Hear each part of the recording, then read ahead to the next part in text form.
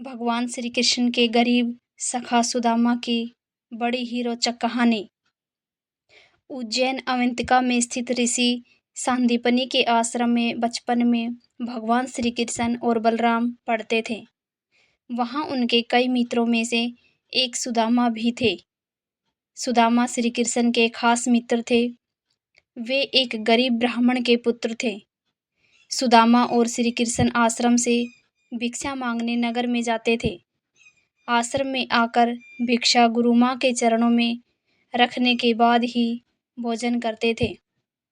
परंतु सुदामा को बहुत भूख लगती थी, तो वे चुपके से कई बार रास्ते में ही आधा भोजन चट कर जाते थे। एक बार गुरु माँ ने सुदामा को चने देकर कहा कि इसमें से आधे चने श्री कृष्ण को भी दे देना और तुम दोनों जाकर जंगल में से लकड़ी बीन लाओ। फिर दोनों जंगल में लकड़ी बीनने चले गए। वहां बारिश होने लगी और तभी दोनों एक शेर को देखकर वृक्ष पर चढ़ जाते हैं। ऊपर सुदामा और नीचे श्री कृष्ण। फिर सुदामा अपने पल्लू से चने निकालकर चने खाने लगता है। चने खाने की आवाज सुनकर श्री कृष्ण कहते हैं, अरे ये कटकट की आवाज कैसे आ रही है? कुछ खा रहे हो क्या? सुदामा कहता है, नहीं नहीं, ये तो सर्दी के मारे मेरे दांत कटकटा रहे हैं। यह सुनकर श्री कृष्ण कहते हैं, अच्छा, बहुत सर्दी लग रही है क्या? सुदामा कहता है, हाँ। यह सुनकर श्री कृष्ण कहते हैं कि मुझे भी बहुत सर्दी लग रही है। सुना है कि कुछ खाने से शरीर में गर्मी आ जाती है, तो लाओ वे चने जो गुरु माता ने हमें दिए थे, दोनों बांटकर खा लेते हैं। यह सुनकर सुदामा कहता है, चने कहाँ हैं? वो तो पेड़ पर चढ़ते समय ही मेरे पल्लू से नीचे कीचड़ में गिर गए थे। यह सुनकर श्री कृष्ण समझ जाते हैं और कहते हैं, ओ, यह तो बहुत बुरा हुआ। यह सुनकर नीचे की डाल पर बैठे भगवान श्री कृष्ण अपने चमत्कार से हाथों में चने ले आते हैं और ऊपर चढ़कर सुदामा को देकर कहते हैं कि ये पेड़ पर फल तो नहीं, लेकिन मेरे पास ये चने हैं। सुदामा कहते हैं, यह तुम्हारे पास कहाँ से आए? तब कृष्ण कहते हैं कि वह मुझे बहुत भूख कम लगती है ना। जब पिछली बार गुरु माता ने जो चने दिए थे, वह अब तक मेरी अंटी में बंधे हुए थे। ले लो, अब जल्दी से खा लो। यह सुनकर सुदामा कहता है, नहीं नहीं, मैं इसे नहीं ले सकता। तब श्री कृष्ण पूछते हैं, क्यों क्यों नहीं ले सकते? सुदामा रोते हुए कहता है कि क्योंकि मैं इसका अधिकारी नहीं हूँ और मैं तुम्हारी मित्रता का भी अधिकारी नहीं हूँ। मैंने तुम्हें धोखा दिया है कृष्ण, मुझे क्षमा कर दो। कृष्ण कहते हैं, अरे, जिसे मित्र कहते हो उससे क्षमा मांगकर उसे लज्जित न करो। मित्र, इसी प्रकार एक बार श्री कृष्ण सुदामा को वचन देते हैं कि मित्र, जब भी तुम संकट में खुद को पाए तो मुझे याद कर लेना, मैं अपनी मित्रता जरूर निभाऊंगा। बलराम और श्री कृष्ण को आश्रम में भिन्न भिन्न कार्य करते थे। एक बार श्री कृष्ण, बलराम और सुदामा भिक्षा मांगने के लिए जाते हैं। एक द्वार पर खड़े होकर तीनों भिक्षम देहि कहते हैं, तो एक महिला अपनी बेटी के साथ भिक्षा लेकर बाहर आती है और कहती है, ब्रह्मचारियों, आज आने में बहुत देर कर दी। यह सुनकर श्री कृष्ण कहते हैं, माता, आज सारे आश्रम में सफाई करनी थी, बहुत काम था, इसलिए विलंब हो गया। आपको प्रतीक्षा करनी पड़ी, उसके लिए हमें क्षमा करें। यह सुनकर वह महिला कहती है, अरे, क्षमा कैसी? मैं तो इसलिए प्रतीक्षा कर रही थी कि रोज तुम रूखी सूखी रोटी लेकर जाते हो, और आज घर में मालपुआ बने थे, तो मैंने सोचा तुम जल्दी आ जाओगे तो गरम गरम खाओगे। देखो, मैंने कपड़े से ढककर मालपुआ गरम गरम रखे हैं तुम्हारे लिए। यह देखकर सुदामा का मन ललचा जाता है। वह कहता है, मालपुआ? आज मालपुए बने हैं? वह महिला कहती है, हाँ, आज घर में पूर्णमासी की पूजा थी। फिर वह तीनों को मालपुए देकर कहती है, अब इसे जल्दी से खाओ, गरम गरम खाने में आनंद आता है। सुदामा तो खाने ही वाला रहता है कि तभी श्री कृष्ण कहते हैं, नहीं माता, हम यहाँ नहीं खा सकते। वह महिला पूछती है, क्यों?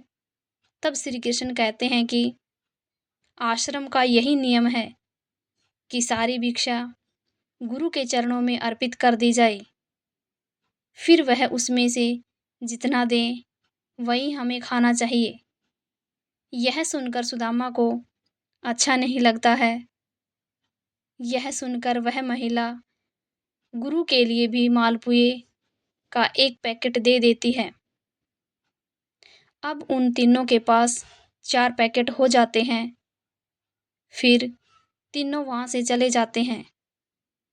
रास्ते में एक नदी के किनारे रुककर बलराम और श्री कृष्ण का हाथ मुंह धोने जाते हैं। इसी दौरान सुदामा मालपुए निकालकर चुपचाप खाने लगता है। तभी श्री कृष्ण उसे मालपुए खाते हुए देख लेते हैं और मुस्कुरा देते हैं।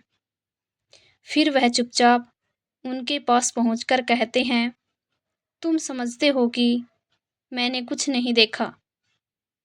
तभी सुदामा पतल को मोड़कर मालपुए ढक देता है और कहता है, नहीं नहीं, मैं तो कुछ भी नहीं खा रहा हूं। तब श्री कृष्ण कहते हैं, देखो, झूठ बोलना पाप है। यह सुनकर सुदामा कहता है, और ब्राह्मण को भूखा रहना भी पाप है। यह सुनकर कृष्ण कहते हैं, मैं तुम्हें भूखा रख रहा हूं। तब सुदामा कहते हैं, और क्या?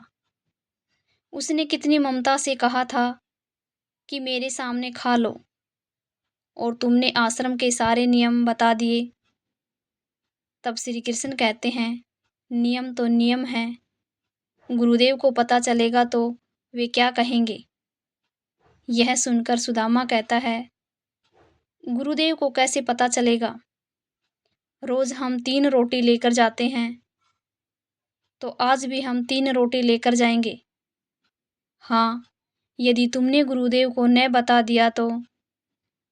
यह सुनकर कृष्ण कहते हैं कि देखो, मैं तुम्हारा मित्र हूं, और मित्रता का धर्म कहता है कि मित्र की कमजोरी पर पर्दा डालना चाहिए। यह सुनकर सुदामा कहता है, तो तुम नहीं कहोगे? श्री कृष्ण कहते हैं, कदापि नहीं। यह सुनकर सुदामा कहता है, तो फिर सारे मालपुए खा लूं? श्री कृष्ण कहते हैं, हाँ, खा लो। फिर सुदामा खा लेता है। तो श्री कृष्ण मालपुए की एक पत्तल निकालकर सुदामा को दे देते हैं और कहते हैं, ये तुम्हारे हिस्से की भिक्षा हो गई, गुरु माता को दे देना। यह देखकर सुदामा प्रसन्न होकर कहता है, कुछ भी कहो, तुम मित्र बड़े खरे हो। कहते हैं कि सुदामा जी शिक्षा और दीक्षा के बाद अपने ग्राम अस्मावतीपुर, वर्तमान पोरबंदर में भिक्षा मांगकर अपना जीवन यापन करते थे। सुदामा एक गरीब ब्राह्मण थे। विवाह के बाद वे अपनी पत्नी सुशीला और बच्चों को बताते रहते थे कि मेरे मित्र द्वारिका के राजा श्री कृष्ण हैं, जो बहुत ही उदार और परोपकारी हैं। यह सुनकर एक दिन उनकी पत्नी ने डरते हुए उनसे कहा कि यदि आपके मित्र साक्षात लक्ष्मीपति हैं और उदार हैं, तो आप क्यों नहीं उनके पास जाते? वे निश्चित ही आपको प्रचुर धन देंगे, जिससे हमारी कष्ट में गृहस्थी में थोड़ा बहुत तो सुख आ ही जाएगा। सुदामा संकोचवश पहले तो बहुत मना करते रहे, लेकिन पत्नी के आग्रह पर एक दिन वे कई दिनों की यात्रा करके द्वारिका पहुंच गए। द्वारिका में द्वारपाल ने उन्हें रोका। मात्र एक ही फटे हुए वस्त्र को लपेट गरीब ब्राह्मण जानकर द्वारपाल ने उसे प्रणाम कर यहाँ आने का आशय पूछा। जब सुदामा ने द्वारपाल को बताया कि मैं श्री कृष्ण का मित्र हूँ, तो द्वारपाल को आश्चर्य हुआ। फिर भी उसने नियमानुसार सुदामा जी को वहीं ठहरने को कहा और खुद महल में गया और श्री कृष्ण से कहा, हे प्रभु, कोई फटेहाल दीन और दुर्बल ब्राह्मण आपसे मिलना चाहता है, जो आपको अपना मित्र बताकर अपना नाम सुदामा बतलाता है। द्वारपाल के मुख से सुदामा नाम सुनकर प्रभु सुध बुध खोकर नंगे पैर ही द्वार की ओर दौड़ पड़े। उन्होंने सुदामा को देखते ही अपने हृदय से लगा लिया और प्रभु की आंखों से आंसू निकल पड़े। वे सुदामा को आदरपूर्वक अपने महल में ले गए। महल में ले जाकर उन्हें सुंदर से आसन पर बिठाया और रुक्मणी संग उनके पैर धोए। कहते हैं कि प्रभु को उनके चरण धोने के जल की आवश्यकता ही नहीं पड़ी। उनकी दीनता और दुर्बलता देखकर उनकी आंखों से आंसुओं की धारा बहने लगी।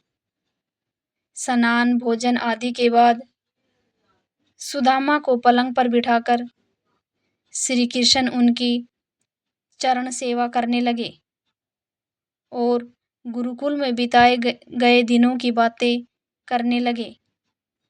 बातों ही बातों में यह प्रसंग भी आया कि किस तरह दोनों मित्र वन में समीधा लेने गए थे और रास्ते में मूसलाधार वर्षा होने लगी तो दोनों मित्र एक वृक्ष पर चढ़कर बैठ गए। सुदामा के पास एक पोटली में दोनों के खाने के लिए गुरु माता के दिए हुए कुछ चने थे, किंतु वृक्ष पर सुदामा अकेले ही चने खाने लगे। चने खाने की आवाज सुनकर श्री कृष्ण ने पूछा कि क्या खा रहे हैं सखा? सुदामा ने यह सोचकर झूठ बोल दिया कि कुछ चने कृष्ण को भी देने पड़ेंगे। उन्होंने कहा, कुछ खा नहीं रहा हूं, यह तो ठंड के मारे मेरे दांत कटकटा रहे हैं। इस प्रसंग के दौरान ही श्री कृष्ण ने पूछा, भाभी ने मेरे लिए कुछ तो भेजा ही होगा। सुदामा संकोचवश एक पोटली छिपा रहे थे। भगवान मन में हंसते हैं कि उस दिन चने छिपाए थे और आज तंदूल छिपा रहा है। फिर भगवान ने सोचा कि जो मुझे कुछ नहीं देता, मैं भी उससे कुछ नहीं देता, लेकिन मेरा भक्त है तो अब इससे छीनना ही पड़ेगा। तब उन्होंने तंदूल की पोटली छीन ली और सुदामा के प्रारब्ध कर्मों को क्षीण करने के हेतु तंदूल को बेहद चाव से खाया था। फिर सुदामा ने अपने परिवार आदि के बारे में तो बताया ही, लेकिन अपनी दरिद्रता के बारे में कुछ नहीं बताया। अंत में प्रभु ने सुदामा को सुंदर सैया पर सुलाया। फिर दूसरे दिन भरपेट भोजन कराने के बाद सुदामा को विदाई दी, किंतु विदाई के दौरान उन्हें कुछ भी नहीं दिया। रास्ते भर सुदामा सोचते रहे कि हो सकता है कि उन्हें किसी कारण से धन नहीं दिया गया होगा, कि कहीं उनमें अहंकार न आ जाए। यह विचार करते करते सुदामा अपने मन को समझाते हुए जब घर पहुँचे तो देखा उनकी कुटिया के स्थान पर एक भव्य महल खड़ा है और उनकी पत्नी स्वर्णाभूषणों से लदी हुई तथा सेविकाओं से घिरी हुई है। यह दृश्य देखकर सुदामा की आंखों से आंसू निकल आया और वे सदा के लिए श्री कृष्ण की कृपा से अभिभूत होकर उनकी भक्ति में लग गए। जय श्री कृष्ण। ये थी दोस्तों सुदामा और कृष्ण के बचपन की कहानी। कहानी को अंत तक सुनने के लिए आप सभी का बहुत बहुत धन्यवाद। आशा करती हूँ कि आपको ये कहानी पसंद आई होगी। अगर आपको ये कहानी पसंद आई है तो चैनल को सब्सक्राइब करें, वीडियो को लाइक करें और ज़्यादा से ज़्यादा शेयर करें। धन्यवाद दोस्तों।